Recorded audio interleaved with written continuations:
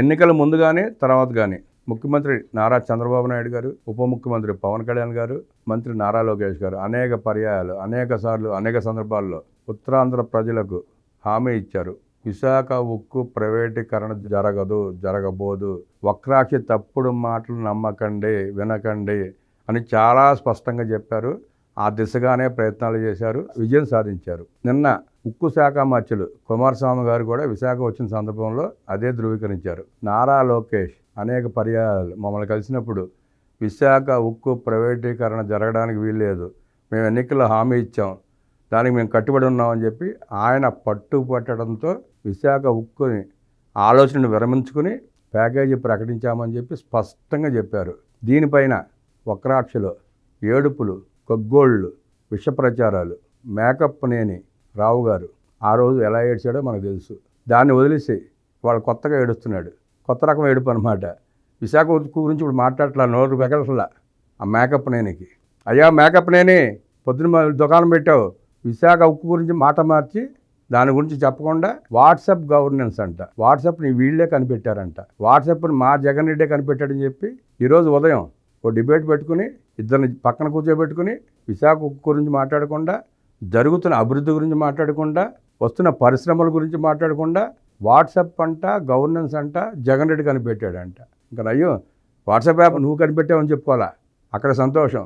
Makeup నేని నిజాలు మాటతో నేర్చుకో, నీకెట్టా విలువ పోయింది, నువ్వు చెప్పేది ఎవడో వినే పరిస్థితిలో లేడు. కనీసం మీ కార్యకర్తలు కూడా నేను నమ్మట్లా, బూతులు తిడుతున్నారు నిన్ను, నీ మూలంగానే మేము నాశనం అయిపోయామని. కుమారస్వామి గారు ఈ సందర్భంగా ఏం మాట్లాడారో ఒకసారి చూద్దాం.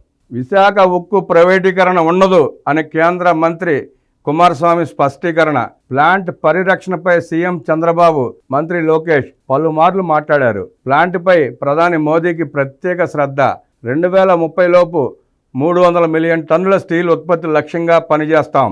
విశాఖ స్టీల్ ప్లాంట్ను ప్రైవేటీకరణ చేయబోమని, ప్లాంట్ను పునర్నిర్మిస్తామని కేంద్ర ఉక్కు శాఖ మంత్రి హెచ్డి కుమారస్వామి స్పష్టం చేశారు. విశాఖ స్టీల్ ప్లాంట్ ప్రతినిధులు, అధికారులు, కార్మిక సంఘాల ప్రతినిధులతో గురువారం వేరువేరుగా కుమారస్వామి భేటీ అయ్యారు. అనంతరం మరో కేంద్ర మంత్రి భూపతిరాజు శ్రీనివాస్ వర్మ, రాష్ట్ర మంత్రి సత్యకుమార్ యాదవ్, ఎంపీలు శ్రీ భరత్, కలిశెట్టి అప్పలనాయుడు, టీడీపీ రాష్ట్ర అధ్యక్షుడు ఎమ్మెల్యే పల్లా శ్రీనివాసరావు యాదవ్లతో కలిసి కుమారస్వామి మీడియాతో మాట్లాడారు. విశాఖ ఉక్కుకు ఎంతో ఘనమైన చరిత్ర ఉంది. ఈ పరిశ్రమ కోసం ఎన్నో ఉద్యమాలు జరిగాయి. విశాఖ ఉక్కు పరిశ్రమ సాధనకు జరిగిన ఉద్యమంలో సుమారు 30 మంది మరణించారు. పరిశ్రమ ప్రారంభంలో ఉత్పత్తి బాగా ఉండేది. 2013-14 వరకు ఉక్కు పరిశ్రమ పనితీరు బాగానే ఉంది. 2014లో నవరత్న హోదా కూడా సాధించింది.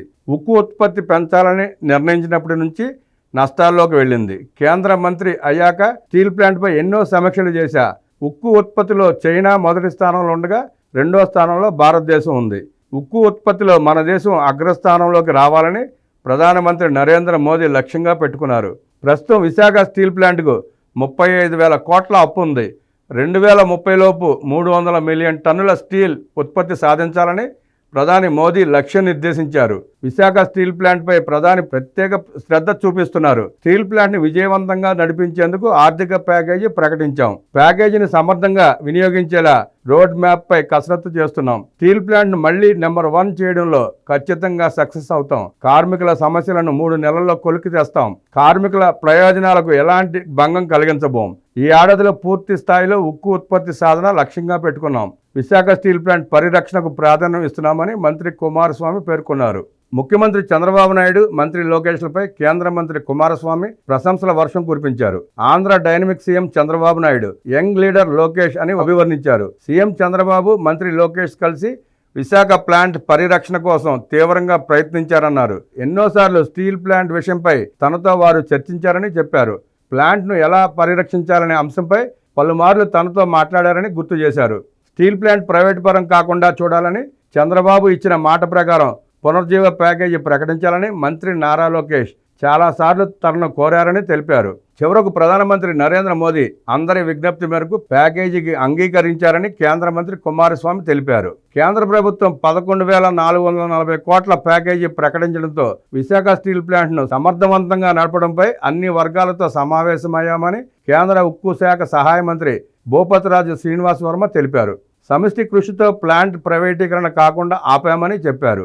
ప్యాకేజీని సద్వినియోగం చేసుకుని ప్లాంట్ను నడుపుకోవాలని సూచించారు. సీఎం చంద్రబాబు ఢిల్లీ వచ్చినప్పుడు కేంద్ర ఆర్థిక మంత్రి నిర్మలా సీతారామన్తో సమావేశమై చర్చించారని అన్నారు. కార్మికులకు భరోసా ఇచ్చేందుకు ప్యాకేజీ దోహదం చేస్తుందని పేర్కొన్నారు. పలుమార్లు విజ్ఞప్తులు చేసిన మీదట, పలుమార్లు చర్చలు జరిపిన మీదట విశాఖ ఉక్కు ప్రైవేటీకరణ ఆపారని ఈ సందర్భంగా ప్రధానమంత్రి మోదీ గారికి, మంత్రి కుమారస్వామి గారికి నారా లోకేష్ కృతజ్ఞతలు తెలిపారు. విశాఖ స్టీల్ ప్లాంట్ పరిరక్షణకు చర్యలు తీసుకున్న ప్రధాని నరేంద్ర మోదీ, కేంద్ర ఉక్కు శాఖ మంత్రి హెచ్డి కుమారస్వామికి రాష్ట్ర విద్యా, ఐటీ శాఖల మంత్రి హృదయపూర్వక కృతజ్ఞతలు తెలియజేశారు. విశాఖ ఉక్కు పునరుజ్జీవనానికి నిధులు కేటాయించడంతో పాటు ఉత్తరాంధ్ర ప్రజలకు ఇచ్చిన వాగ్దానాలు నెరవేరుస్తున్నందుకు ధన్యవాదాలు తెలియజేస్తున్నానన్నారు. ప్రజల కోసం, ప్రజల పరిరక్షణ కోసం, వారి హక్కులు కాపాడడం కోసం కూటమి ప్రభుత్వం అహర్నిశాలు పనిచేస్తుందని, శ్రమిస్తుందని, ఇచ్చిన మాట నిలబెట్టుకుంటామని ఎక్స్ వేదికగా నారా లోకేష్ ట్వీట్ చేశారు. ఈ సందర్భంగా మరోసారి విశాఖ ఉక్కు ప్రైవేటీకరణ జరగకుండా ఆపడంతో పాటు నిధులు కేటాయించడంపై ప్రధానమంత్రి గారికి, మంత్రులకు నారా లోకేష్ కృతజ్ఞతలు తెలియజేశారు.